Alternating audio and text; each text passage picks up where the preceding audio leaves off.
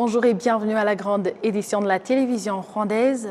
Le président de la République, Paul Kagame, exhorte les pays des Caraïbes à coopérer davantage avec les pays africains pour trouver ensemble une issue aux défis qu'ils ont en commun. Le président Kagame s'est exprimé à l'occasion du 45e sommet des chefs de gouvernement de la communauté des Caraïbes à Trinité et Tobago, suivant son Excellence. We should not be comfortable blaming others for our problems, including the harm we inflict. Nous ne devrions pas nous sentir à l'aise en blâmant les autres pour nos propres problèmes, y compris le mal que nous nous infligeons nous-mêmes. Le point de départ est de nous demander comment nous gouvernons nos pays. Essayons de faire le mieux possible en assumant pleinement nos responsabilités. Comme un petit pays, nous unissons nos efforts dans nos organisations régionales afin d'intégrer nos économies et partager le coût des infrastructures. Integrating our economies and sharing infrastructure costs. Le président Kagame a cité en exemple la situation de cette région particulièrement affectée par le changement climatique, les défis que cette région partage avec les pays en développement, notamment les pays africains. We are already seeing changes in the global conversation on climate, vulnerability. Nous voyons déjà des changements dans les échanges globaux sur le climat, la vulnérabilité et la dette. Les pays comme les nôtres ne peuvent pas frapper la monnaie. Une fois confrontés à une crise, nous faisons des emprunts et certains d'entre nous ne sont plus éligibles quant au taux d'intérêt concessionnel. Les instruments tels que l'index de vulnérabilité des Nations Unies et l'index de vulnérabilité du Commonwealth révèlent la nécessité spéciale du développement des petits États insulaires. En Afrique, nous avons des pays comme les Seychelles, que j'ai eu l'opportunité de visiter, lesquels éprouvent des difficultés financières climatiques semblables à celles des Caraïbes. Nous pouvons travailler ensemble et plaider pour une architecture financière mondiale plus efficace et inclusive. Advocate for a more responsive and inclusive international financial architecture. Place maintenant à la sécurité à l'est de la République démocratique du Congo avec mon collègue Jean-Damascène Manishimwe qui nous présente le point de vue du président Kagame par rapport au dernier rapport des experts de l'ONU. Dans un entretien exclusif avec la télévision rwandaise, le président de la République, Paul Kagame, est revenu sur les défis sécuritaires de la sous-région, en particulier la guerre de l'Est de la République démocratique du Congo. Faisant allusion au dernier rapport des experts de l'ONU sur la RDC, qui ne dénonce pas la présence des FDLR à l'est de ce pays, le président Kagame a montré que les Nations Unies ont failli une fois de plus à leurs responsabilités dans la recherche d'une paix durable dans la sous-région. Le président Kagame a expliqué que cette passivité de l'ONU est exprimée par le silence absolu face à la nocivité des forces génocidaires des FDLR, lesquelles opèrent à l'est de la République démocratique du Congo en totale collaboration avec les forces armées de la République démocratique du Congo. Because if you look at, again, the report, there is highlighting. Et quand vous lisez ce rapport, vous trouverez qu'il passe en revue certains problèmes, mais il évoque plusieurs fois le groupe du M23. Le M23 est devenu comme un problème pour tout le monde, un problème presque universel. C'est comme si le M23 cause des problèmes aux pays européens, aux pays américains ou aux Africains. Mais ne parle pas publiquement quand il arrive au FDLR ou aux autres savants groupes armés qui écument l'Est de la République démocratique du Congo. Il ne parle que du M23 et des ADF. Des fois même compare ces groupes ou assimile l'un à l'autre. Par contre, au sujet des FDLR, ce groupe génocidaire qui, ces derniers temps, opère conjointement avec les forces armées de la République démocratique du Congo, ne disait rien. Et ça sonnait un secret pour personne. Ils sont bien identifiés, nous les connaissons très bien avec leur nom et grade militaire. Ils font comme si ces gens n'existaient plus et qui ne constituent pas une menace qui vaudrait la peine d'être évoquée. But they assume these people don't even exist, that it is not even a problem that we should be talking about. En plus des défis sécuritaires de l'Est de la République démocratique du Congo, le président Paul Kagame a fait remarquer que les pays africains doivent faire preuve de plus de volonté politique pour mettre en exécution le protocole d'accord relatif à la zone de libre-échange continentale africaine. De la sécurité au développement économique à Kigali accueille depuis ce jeudi une conférence internationale portant sur l'investissement dans le secteur des assurances dans un contexte post-pandémie de Covid-19. Les détails, c'est avec Patrick Nyilidandi. Quelles sont les stratégies à mettre en œuvre pour investir dans le secteur des assurances en Afrique, dans un environnement de sortie de la pandémie de Covid-19, de la crise née de la guerre entre la Russie et l'Ukraine et les défis nés des effets de changement climatique? Voilà l'essentiel des discussions qui ont réuni à Kigali des délégués venus des différents endroits du continent. Cette conférence internationale de 2 jours a été organisée par l'Agence africaine d'assurance commerciale.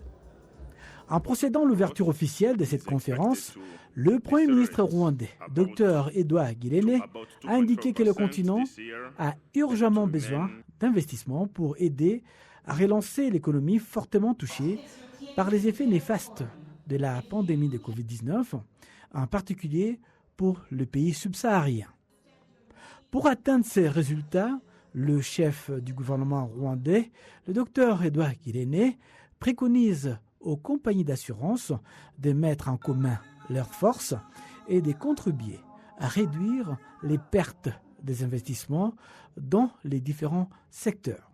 De son côté, le ministre des Finances et de la planification économique du Rwanda, Dr Eziel Ndagijimana, a déclaré que les conséquences de la crise actuelle sont à chercher dans la récente pandémie de Covid-19 qui a paralysé les échanges et bloqué l'économie mondiale, mais que la guerre entre la Russie et l'Ukraine est venue enfoncer les clous dans un contexte mondial morose.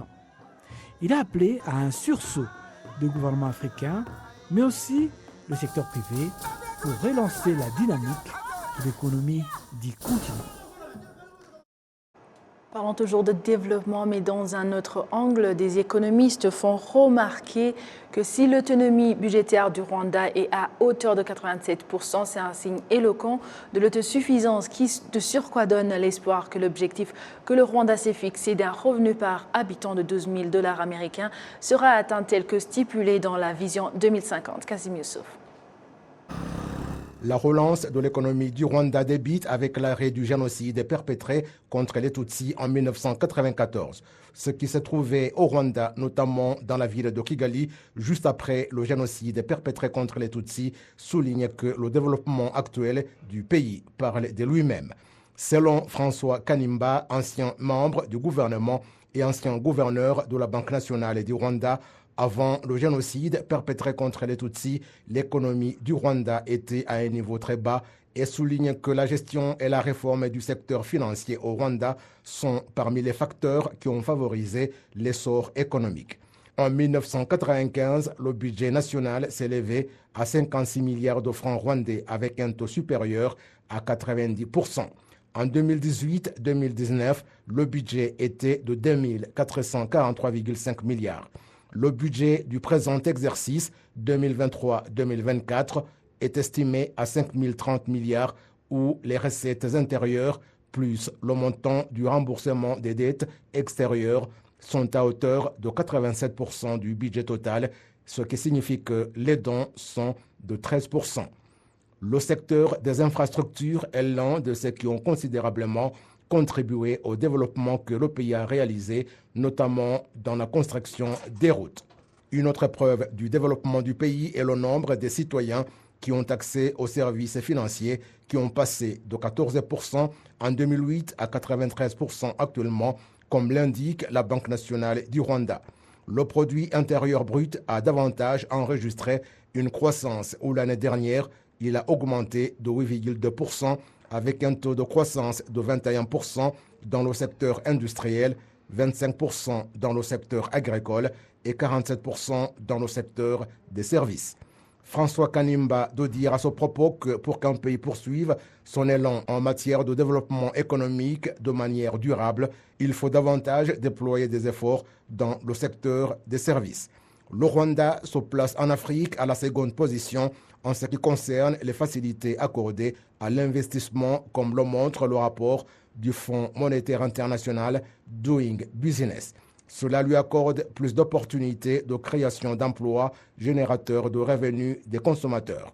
En 1994, le revenu annuel des citoyens rwandais était de $146 et de $778 en 2018. Il est prévu qu'en 2035, le revenu annuel des citoyens rwandais sera de $4 000 alors que la vision 2050 prévoit qu'il sera d'environ $12 000 cette année-là. Mercredi s'est tenue une réunion rassemblant le ministère rwandais de l'administration locale et les prêtres des diocèses de l'Église catholique au Rwanda. Et donc, le ministère rwandais de l'administration locale indique que le gouvernement et ses partenaires, notamment l'Église catholique, devraient être en commun accord pour le bien-être de la population. Les détails, c'est dans les récits suivants.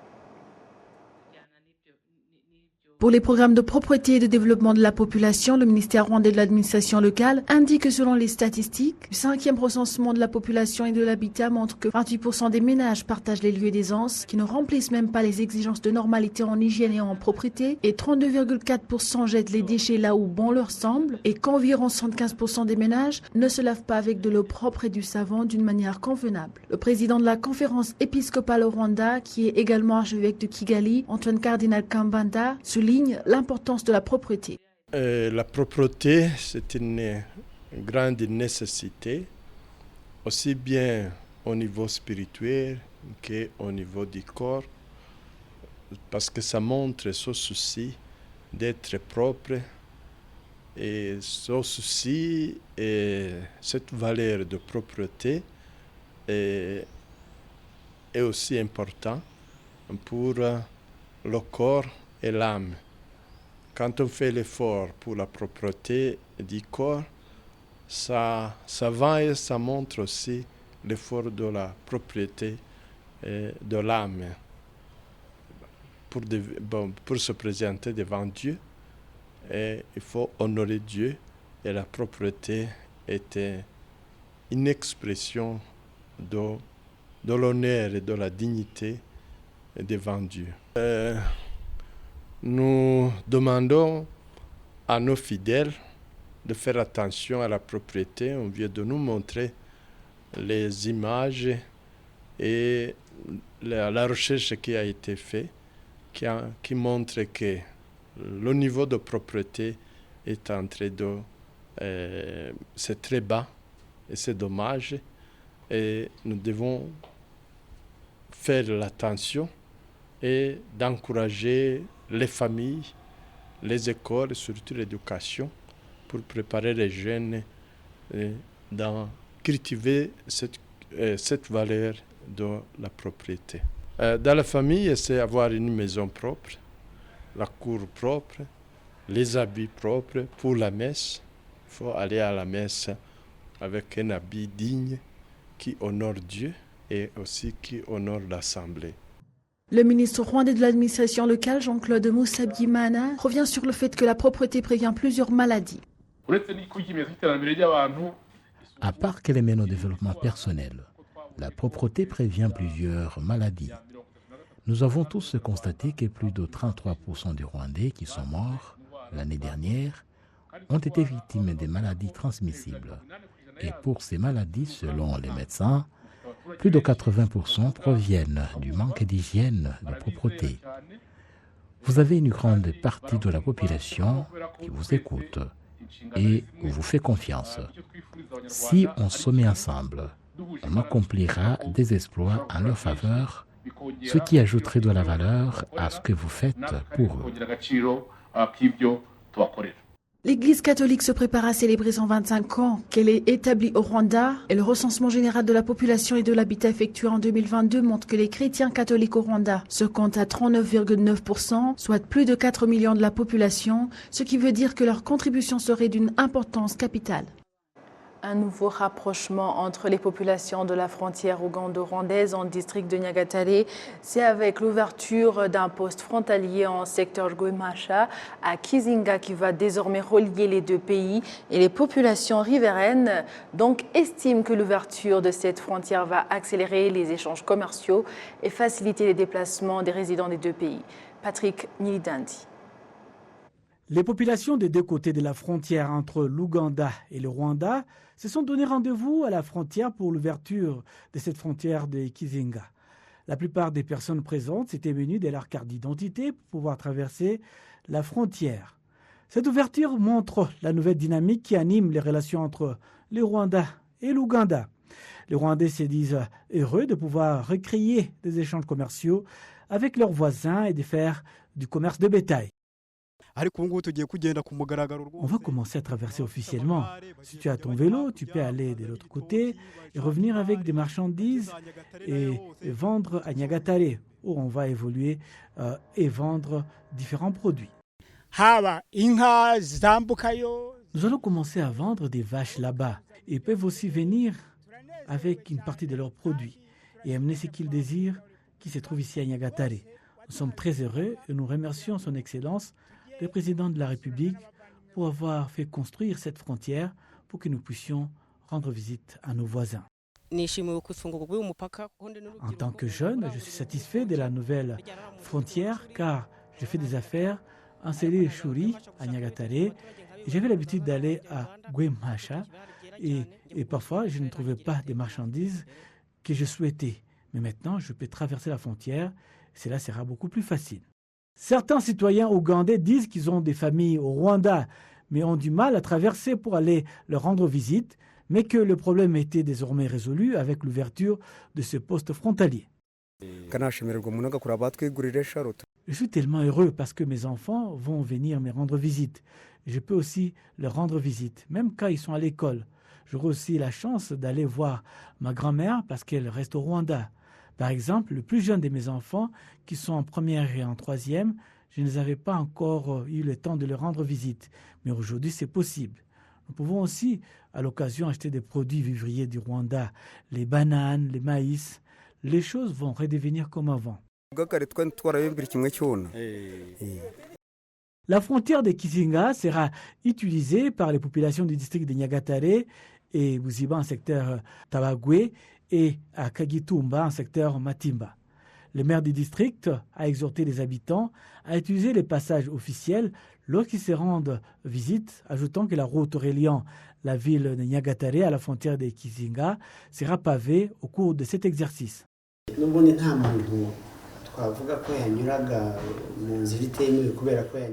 Nous ne pouvons pas dire que ce sont des gens qui empruntaient une route non officielle, car ils ne trouvaient pas de route officielle. Même ceux qui avaient l'habitude de dire qu'ils allaient dans un autre secteur. Car pour l'instant, le nouveau plan est que des gens utilisent la route officielle. Au moment où nous parlons, au cours de cet exercice, la route sera pavée. La frontière de Kizinga devrait également réduire le problème des passages illégaux en raison des manques de routes.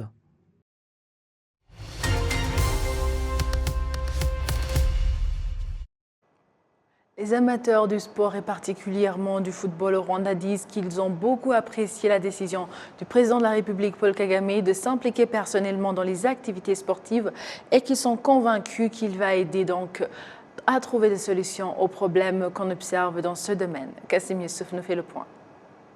Depuis un certain temps, les inconditionnels rwandais du sport, en particulier du ballon rond, sont déçus par les mauvais résultats qu'enregistrent les formations sportives qui représentent le Rwanda dans des compétitions internationales, alors que le pays déploie beaucoup d'efforts dans le développement du sport en mettant notamment en place des infrastructures. Dans l'entretien que le président de la République, Paul Kagame, a accordé mardi à RBA, il a déclaré qu'il est informé des problèmes que connaît le sport au Rwanda et qu'il va s'impliquer pour leur trouver des solutions. Les amateurs du ballon rond indiquent que cette déclaration du chef de l'État leur a donné de l'espoir et que quelque chose sera fait du moins dans le football pour que de bons résultats s'en suivent.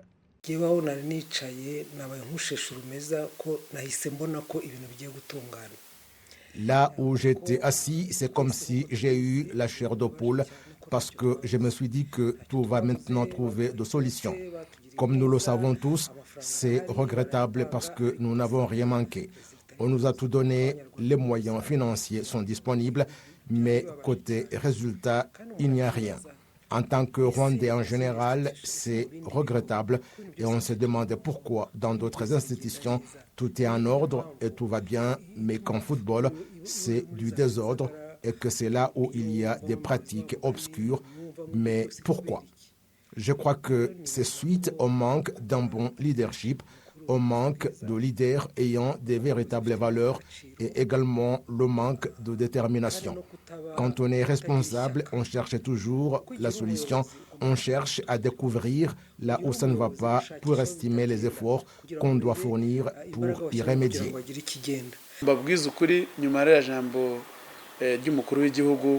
Sincèrement, après cette déclaration du chef de l'État, nous allons assister à un championnat excitant. Nous allons trouver des partenaires dans le football.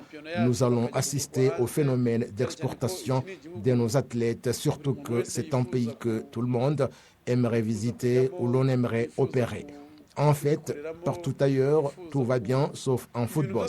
Nous avons maintenant la chance que nous aussi en football, ça va bien aller, que nous allons rectifier les erreurs et que notre football va être excitant.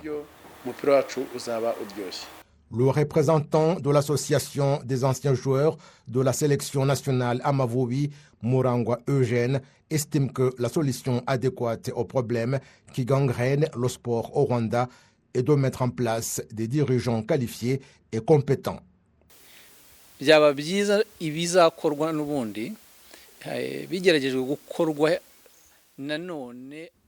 Il serait mieux que dans tout ce qui sera réalisé, qu'on s'appuie sur des personnes qualifiées et compétentes, qu'on œuvre avec discernement, ce que j'espère bien, grâce à la manière que nous connaissons dont se sert le président de la République dans ce processus de trouver des solutions à ces problèmes qu'on observe en se servant de la voie qui consiste à trouver des personnes capables de donner des conseils pouvant aider à trouver des solutions durables.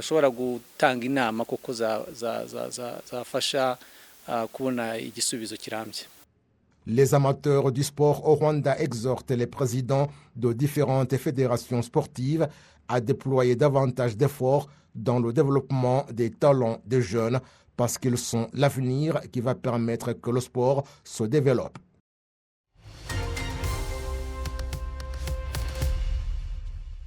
Merci à vous tous qui étiez au rendez-vous d'actualité d'aujourd'hui. Au nom de toute l'équipe qui a réalisé la grande édition, je vous souhaite de passer une excellente suite du programme de la télévision rwandaise. Vous étiez avec Amandine Dikumasabo. À la prochaine et d'ici là, portez-vous bien.